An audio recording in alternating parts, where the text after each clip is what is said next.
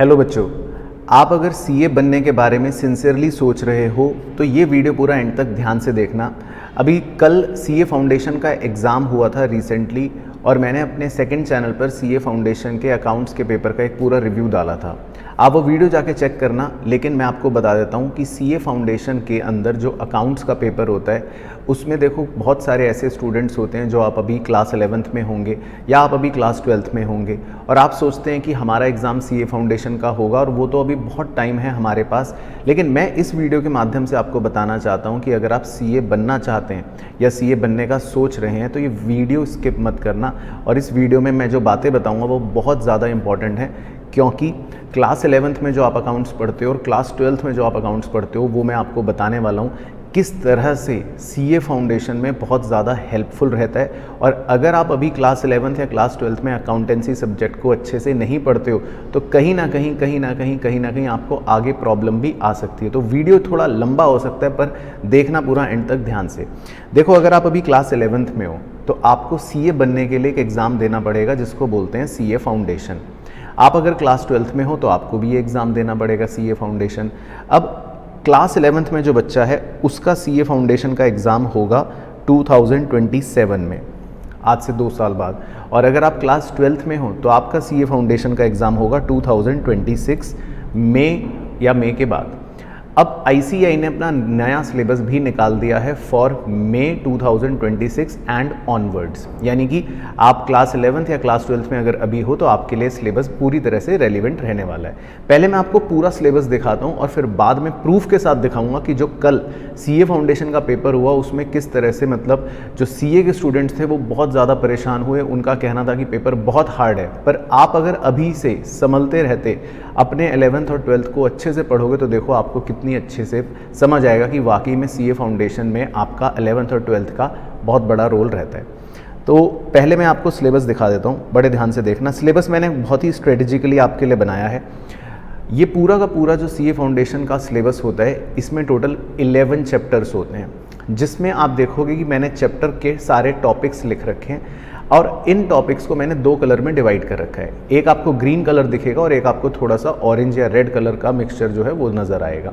Green colour का मतलब ये है कि वो जो टॉपिक्स हैं वो आप ऑलरेडी या तो क्लास 11th में या क्लास 12th में पढ़ते हो। अब देखो, मैं आपको पूरा चैप्टर वाइज डिटेल में अच्छे से दिखाता हूँ। आपका जो सीए फाउंडेशन में चैप्टर 1 होता है उसके अंदर सबसे पहले एक यूनिट है meaning and scope of accounting. अगर मैं बोलूँ कि ये meaning of scope of accounting आपका पूरा क्लास 11th का चैप्टर 1 है इंट्रोडक्शन। मैं लिखता भी रहता हूँ ताकि आपको अच्छे से रिकंसाइल करने में हेल्प हो अगर आप 11th के स्टूडेंट हैं। दूसरा, जैसे इसमें चैप्टर होता है अकाउंटिंग कॉन्सेप्ट्स एंड प्रिंसिपल्स, आपके क्लास 11th का ये चैप्टर 3 है जिसमें आप सारे प्रिंसिपल्स पढ़ते हो, बिल्कुल सेम। उसके बाद तीसरा है capital and revenue expenditure and receipt. Class 11th में हालांकि आप कैपिटल एक्सपेंडिचर, रेवेन्यू एक्सपेंडिचर थोड़ा सा चैप्टर 2 में भी पढ़ते हो और इनफैक्ट ये बाद में आप अपने चैप्टर 18 यानी कि फाइनल अकाउंट्स के अंदर भी पढ़ते हो, लेकिन पढ़ते ज़रूर हो। इसी तरह उसके बाद जो आपको रेड कलर में टॉपिक्स नज़र आ रहे हैं contingent asset, liability, accounting policies, accounting as measurement discipline, accounting standards, ये फिर भी बच्चे 11th में नहीं पढ़ते या बहुत ही मतलब ना के बराबर पढ़ते हैं और 12th में तो खैर ये सब चीज़ें होती ही नहीं हैं। फिर जो चैप्टर 2 होता है ये देखो आप बड़े ध्यान से, खासकर क्लास 11th के मेरे प्यारे बच्चों, चैप्टर 2 सीए फाउंडेशन में आपको अभी पेपर में भी दिखाऊंगा जो कल हुआ था, 15 से 20 नंबर का आता है। और सोचो इसमें क्या क्या चीज़ें हैं। जर्नल एंट्रीज विद रूल्स, आपका चैप्टर 6 और चैप्टर 8 पूरा का पूरा क्लास 11th, इंक्लूडिंग जीएसटी भी, यानी कि जो जीएसटी का टॉपिक है वो भी इसमें सेम होता है। तो चैप्टर 12 भी अगर मैं लिखना चाहूँ तो लिख सकता हूँ। तो चैप्टर 6 यानी कि रूल्स वाला चैप्टर, चैप्टर 8 जर्नल वाला चैप्टर और चैप्टर 12 जीएसटी वाला चैप्टर। उसके बाद आपका लेजर चैप्टर 9, ट्रायल बैलेंस आपके क्लास 11th का चैप्टर 14, सब्सिडरी बुक्स आपके क्लास 11th का चैप्टर 11, कैश बुक आपके क्लास 11th का चैप्टर 10, रेक्टिफिकेशन ऑफ एरर्स आपके क्लास 11th का चैप्टर नंबर 17। तो अगर आप देखोगे कि सीए फाउंडेशन में जो सेकंड चैप्टर बना रखा है ये आपके क्लास 11th के सारे चैप्टर्स हैं, सारे के सारे, जो अभी दिखाऊंगा अभी मैं आपको कल के पेपर में। उसके बाद देखो चैप्टर नंबर 3 सीए फाउंडेशन में बैंक रिकॉन्सिलिएशन स्टेटमेंट, ये आपके क्लास 11th का चैप्टर 13 है। अगर आप हाफ ईयरली एग्ज़ाम दे रहे हो या दे चुके होंगे तो देखो ये सब आपने ऑलरेडी काफ़ी हद तक पढ़ रखे हैं। उसके बाद जो चैप्टर 4 है वो एक नया चैप्टर होता है जो आप 11th या 12th में नहीं पढ़ते, तो इसको छोड़ देते हैं। चैप्टर नंबर 5 डेप्रीसिएशन, आपके क्लास 11th में ही चैप्टर 16 डेप्रीसिएशन जो आप पढ़ते हो, और पूरी की पूरी अकाउंटिंग सेम होती है। अभी आपको दिखाऊंगा, कल के सीए फाउंडेशन के एग्ज़ाम में इसका क्वेश्चन है और बच्चों ने छोड़ दिया ये बोल के कि बहुत मुश्किल था। इसके बाद चैप्टर 6 बिल्स ऑफ एक्सचेंज, ये आप नहीं पढ़ते, पहले होता था क्लास 11th में, अब नहीं होता। उसके बाद चैप्टर 7 देखो final accounts of sole proprietor, ये आप क्लास 11th में पढ़ोगे। Chapter 18, chapter 19 final accounts of manufacturing entity, ये एक नया चैप्टर है जो आप नहीं पढ़ते। इसके अलावा चैप्टर 8 नॉन प्रॉफिट ऑर्गेनाइजेशन, ये एक न्यू चैप्टर है जो आप जनरली नहीं पढ़ते, कुछ स्टेट बोर्ड्स में हालांकि पढ़ाते हैं। Chapter 9 account from incomplete records, ये भी आपके क्लास 11th का लास्ट चैप्टर है अगर आप अपने बुक में देखोगे, जिसको बोलते हैं सिंगल एंट्री सिस्टम। तो क्लास 11th के अगर आप स्टूडेंट हो तो ध्यान से अब देखना, और 12th वाले भी दिल रोक कर बैठना, सांस रोक कर, आपके लिए तो बहुत इंपॉर्टेंट बात आएगी ये भी। क्लास 11th में अगर आप हो और आप सीए बनने का सपना देख रहे हो, तो आपको बहुत सारे बच्चे कहते हैं कि सर मैं 11th से ही सीए की तैयारी शुरू कर दूं, कर दो। कैसे करनी है आपको तैयारी? क्लास 11th के जो चैप्टर इस लिस्ट में आ रहे हैं उनको 2 बार, 3 बार, 4 बार, 5 बार, 10 बार अच्छे से करना है।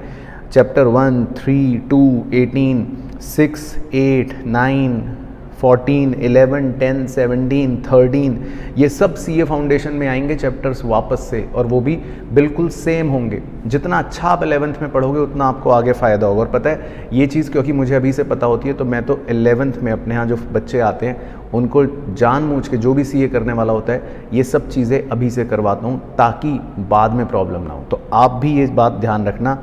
इसी तरह चैप्टर 16, चैप्टर 18, 19 और चैप्टर 20, ये आपके क्लास 11th के सारे चैप्टर्स सीए फाउंडेशन में आएंगे। अब देखो क्लास 12th के हमारे प्यारे बच्चों, क्लास 12th में आपकी फर्स्ट बुक होती है पूरी की पूरी पार्टनरशिप। आप हो ना क्लास 12th में? अगर हो, क्लास 12th की जो फर्स्ट बुक है जिसमें आपका चैप्टर 1 फंडामेंटल, चैप्टर 2, 3 मतलब goodwill, change in profit sharing ratio, chapter 4 इधर लिखता हूँ क्योंकि क्लास 12th में है ये, ठीक है। उसके बाद chapter 4 admission, chapter 5 retirement, chapter 6 death, chapter 7 क्या है डिसोल्यूशन। तो सोचो आपका पूरा जो फर्स्ट बुक होता है पार्टनरशिप का, वो पूरा का पूरा सीए फाउंडेशन के अंदर सेम है। और अभी क्वेश्चन दिखाऊंगा, एग्जाम में कल आया था क्वेश्चन 10 नंबर का। उसके बाद देखो चैप्टर नंबर 11 लास्ट चैप्टर जो होता है सीए फाउंडेशन का, इसमें जो पहले 3 पोर्शंस हैं, इंट्रोडक्शन टू कंपनी अकाउंट्स, ये आपका चैप्टर जो 8 है या सेकंड बुक है, इशू ऑफ शेयर, पढ़ते हो ना आप company accounts, issue of debenture, पूरा का पूरा सेम है। बाकी कुछ नए टॉपिक्स हैं, bonus issue, right issue, redemption of preference share, redemption of debenture, जो आप 12th में नहीं पढ़ते। लेकिन अगर आप क्लास 12th के स्टूडेंट हो तो सोचो आपकी पूरी फर्स्ट बुक और पूरी सेकेंड बुक यानी पार्टनरशिप और पूरी company accounts as it is same आती है। और अभी क्वेश्चन दिखाऊंगा अगर आपने फाइनल अकाउंट कंपनी अकाउंट्स पढ़ा होगा तो ये तो हो गया आपका सीए फाउंडेशन का, देखो पूरा अकाउंट्स का पेपर। तो मैं फिर रिपीट कर रहा हूँ, आप अगर क्लास 11th में हो या 12th में और आपको लगता है मुझे अभी से तैयारी करनी है सीए की, तो कुछ मत करो, अलग से कोई बुक नहीं लेनी। आप जो अपनी पढ़ाई कर रहे हो 11th और 12th की, वो ये चैप्टर्स पर बेस करो, वो ये चैप्टर्स बहुत अच्छे से कर लो, समझ लो। सोचो आप कितना % सिलेबस सीए फाउंडेशन का कवर कर रहे हो, कितना %। अगर मैं हिसाब लगाऊँ तो लगभग आप 70 to 75% सिलेबस ख़त्म कर लोगे अगर आप 11th और 12th के ये चैप्टर्स अच्छे से करते हो। अब 5 मिनट और रुको मेरे साथ, मैं आपको कल का क्वेश्चन पेपर दिखा रहा हूँ प्रॉपर सीए फाउंडेशन का। और मैंने वीडियो जो बनाई थी अपने सेकंड चैनल पर, वो भी मैंने नीचे डिस्क्रिप्शन में या पिन कमेंट में डाल रखी है, एक बार चेक कर लेना। और बच्चों के कमेंट पढ़ना, आप ज़रूर जाकर देखना, बच्चों के कमेंट्स पढ़ना, क्या रिव्यू था, कितना मुश्किल पेपर उन्होंने बताया। और पहले पेपर दिखाता हूँ आपको, एक बार पेपर देखो ये कल का पेपर है। पेपर का पैटर्न भी हल्का हल्का बता देता हूँ, हालांकि ये भी आपके लिए ज़्यादा खास नहीं है, लेकिन आपको लगेगा कि अरे वाह सीए का पेपर देख रहे हैं हम अभी से। तो देखो इसमें ना क्वेश्चन 1 कंपलसरी होता है और ये होता है 20 नंबर का, 20 मार्क्स का, ठीक है। और आपको कोई भी 4 क्वेश्चंस करने होते हैं, 5 आपको दे रखे होते हैं, मतलब एक क्वेश्चन आप चॉइस में छोड़ सकते हो। और ये जो 4 क्वेश्चंस होते हैं ये भी 20 मार्क्स ईच के होते हैं। तो देखो फटाफट अगर आप मैथमेटिक्स देखो तो तो 20 नंबर के ये 4 क्वेश्चंस हो गए, 80 नंबर, और पहला क्वेश्चन भी 20 नंबर का कंपलसरी हो गया। तो 100 नंबर का ये पेपर होता है। सीए फाउंडेशन का कल का पेपर दिखा रहा हूँ आपको, मेरी सेकंड चैनल पर जो वीडियो चेक कर लेना, सेम पेपर डिस्कस कर रखा है मैंने। तो ये जो देखो पहला क्वेश्चन है ना, ये होता है एक ट्रू फॉल्स का क्वेश्चन होता है, लेकिन आप जस्ट इसको अगर गो थ्रू करोगे, मैं ऐसे ऊपर से आपको दिखाता हूँ। जैसे क्लास 11th में आप मेटीरियलिटी प्रिंसिपल पढ़ते हो, 2 नंबर का उसका क्वेश्चन है, ठीक है। उसके बाद देखो क्लास 12th में आप प्रॉफिट शेयरिंग रेशो पढ़ते हो, पार्टनरशिप, उसका क्वेश्चन है। क्लास 11th का डेप्रीसिएशन का ट्रू फॉल्स का क्वेश्चन है, ठीक है। क्लास 11th में आप मैचिंग प्रिंसिपल पढ़ते हो ना, उसका ट्रू फॉल्स का क्वेश्चन है। आप हिसाब लगाते रहे ना अपने आप, 2-2 नंबर के हैं ये ट्रू फॉल्स। तो क्लास 11th के बच्चों अपना हिसाब लगा लो, क्लास 12th के बच्चों अपना हिसाब लगा लो। ये देखो क्लास 12th के बच्चों, कंपनी इक्विटी शेयर डिस्काउंट पर इशू नहीं कर सकती, पढ़ते हो ना, अगर आपने कंपनी अकाउंट्स पढ़ा होगा क्लास 12th में, थ्योरी 2 नंबर, सीए फाउंडेशन। उसके बाद देखो वैल्यूएशन प्रिंसिपल, ये डायरेक्ट 4 नंबर का क्वेश्चन है। अब देखो क्लास 11th के बच्चों बड़े ध्यान से, कल सीए फाउंडेशन में क्वेश्चन आया, परचेज बुक बनानी है, और ये 4 मार्क्स का क्वेश्चन है। सोचो सीए जैसे एग्जाम में 4 नंबर का क्वेश्चन है, परचेज बुक बनानी है। क्लास 11th में पढ़ते हो ना, सेम बिल्कुल देख लो वही तरीका, ये खरीदा वो खरीदा, less trade discount, same question class 11th, purchase book, ठीक है। उसके बाद ये देखो सेकंड क्वेश्चन 8 मार्क्स का, ये पहला पार्ट है, ठीक है। ये पता है कौन से चैप्टर का है? डेप्रीसिएशन का। तो क्वेश्चन में वही सब चीज़ें होती हैं, देखो मशीन ऑब्सोलीट हो गई, बेच दी, करते हो ना क्लास 11th में आप यही सब बात। फिर देखो मेन चीज़, अकाउंटिंग क्या करनी है? Prepare machinery account, class 11th में बनाते हो। प्रोविज़न फॉर डेप्रीसिएशन अकाउंट है ना, मशीनरी डिस्पोजल अकाउंट। तो क्लास 11th अगर आप ढंग से पढ़ लोगे ये चैप्टर, सोचो 8 नंबर का सीए फाउंडेशन का पेपर है। अगला देखो 12 नंबर का क्वेश्चन आया था, और सीए के जो स्टूडेंट्स थे वो इस क्वेश्चन में इतना परेशान हुए थे, इतना उन्होंने रोए, बच्चों ने अटेम्प्ट तक नहीं करा। और क्वेश्चन क्या था? क्लास 11th में आप पढ़ते हो पास्ट जर्नल एंट्रीज, पढ़ते हो ना, जर्नल एंट्रीज़ का क्वेश्चन, सिर्फ आपको जर्नल एंट्रीज़ करनी है और रेक्टिफिकेशन वाली भी एंट्रीज़ करनी है। और इसमें मतलब अलग अलग पॉइंट दे रखे थे, देखो जीएसटी के साथ। तो है तो जर्नल एंट्री जो आप क्लास 11th में पढ़ते हो, और अगर आपने क्लास 11th में ढंग से पढ़ रखा होगा ना, तो ये सब जर्नल एंट्रीज आपको बहुत आसान लगेंगी, बहुत आसान लगेंगी। देखो ये सब रेक्टिफिकेशन की और नॉर्मल जर्नल एंट्रीज़ हैं, ये सेल्स रिटर्न, ये वो, टोटल 10 जर्नल एंट्रीज आई थी, और 12 नंबर का एक क्वेश्चन था, सोचो। तो क्लास 11th। उसके बाद देखो थर्ड क्वेश्चन आपको दिखाता हूँ। थर्ड क्वेश्चन था, अगर आप देखोगे क्लास 11th में शायद आपको पता हो, एक फाइनल अकाउंट्स चैप्टर होता है जिसमें ट्रेडिंग अकाउंट बनाते हैं, प्रॉफिट एंड लॉस अकाउंट बनाते हैं, और बैलेंस शीट बनाते हैं। ये 12 मार्क्स का क्वेश्चन था, बनाते हो ना, 12 मार्क्स का क्वेश्चन फाइनल अकाउंट्स का, पूरा का पूरा, जिसमें आपको फाइनल अकाउंट्स बनाने हैं, ठीक है। उसके बाद देखो इसका जो सेकंड पार्ट था बिल्स ऑफ एक्सचेंज चैप्टर का। अब बिल्स ऑफ एक्सचेंज चलो ठीक है, बहुत सारे लोग नहीं पढ़ते, अच्छा नहीं सॉरी, सेकंड पार्ट देखो, ये क्लास 12th के प्यारे बच्चे देख पाएंगे, समझ पाएंगे। एडमिशन होता है पार्टनर का, याद है, गुडविल निकालते हैं, प्रॉफिट शेयरिंग रेशियो चेंज होता है, यानी कि क्लास 12th में जो आप पढ़ते हो एडमिशन, उस पर बेस्ड एक क्वेश्चन था। ये 8 नंबर का क्वेश्चन था पार्टनरशिप का, ठीक है।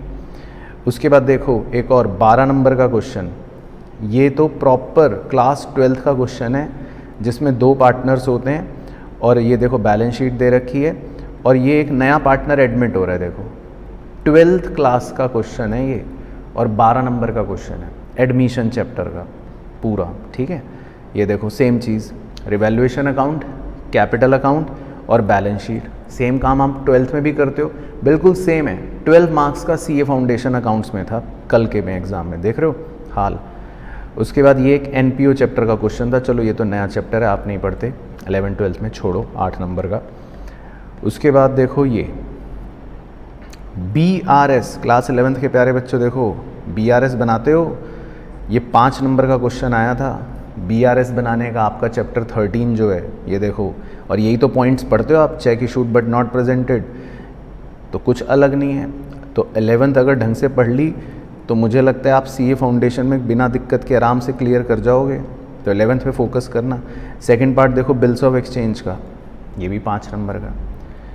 उसके बाद देखो जो थर्ड पार्ट था वो फाइनल अकाउंट्स का, मैन्युफैक्चरिंग, चलो ठीक है तो नया हो गया, आप नहीं पढ़ते, छोड़ो। उसके बाद C पार्ट था कंपनी अकाउंट्स का। और अब देखो 12th वाले बच्चे बिल्कुल ध्यान से देखना, अपनी अपनी कुर्सियों से कूदना मत शुरू कर देना, बड़े ध्यान से देखना।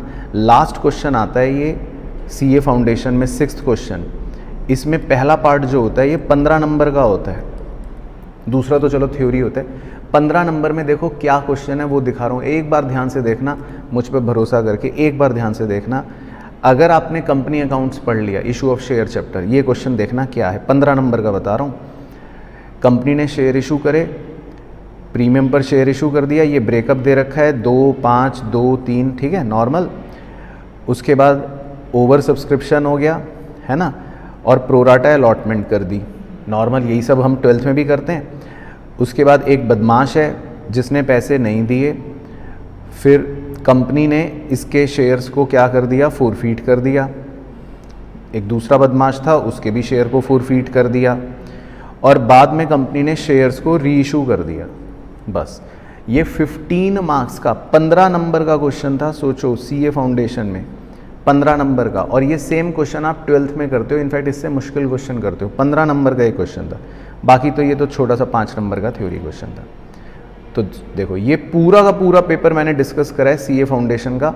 आप जाकर प्लीज़ मेरे कहने पर एक बार, मैंने नीचे पिन कमेंट में डाल दिया वीडियो का लिंक CA वाले चैनल पर, वो वीडियो देखो एक बार, और बच्चों के कमेंट पढ़ना क्या कह रहे हैं बच्चे। सेम पेपर डिस्कस करा है मैंने, हालांकि तब डिस्कशन अलग तरह से करा है, वो भी वीडियो देख लेना चाहें। लेकिन मैं आपको अभी ये दिखा रहा हूँ कि 11th और 12th में जो आप चैप्टर्स पढ़ रहे हो, जो मैंने स्पेशली आपको मार्क करवाए, अगर वो आप अच्छे से पढ़ते हो अभी से, तो आपको बहुत बहुत बहुत बहुत बहुत बहुत बहुत बहुत बहुत बहुत ज़्यादा बेनिफिट मिलेगा आगे चलकर। और अगर आप सिंसियर हो, सीरियस हो CA के लिए, तो CA फाउंडेशन एग्ज़ाम आपके लिए बहुत आसान हो जाएगा। आप बस 11th या 12th में अपने अकाउंट्स के इन चैप्टर्स को बहुत अच्छे से पढ़ना। एक बार दोबारा से लिस्ट देख लो चाहे चैप्टर्स की, ठीक है, और स्क्रीनशॉट ले लेना।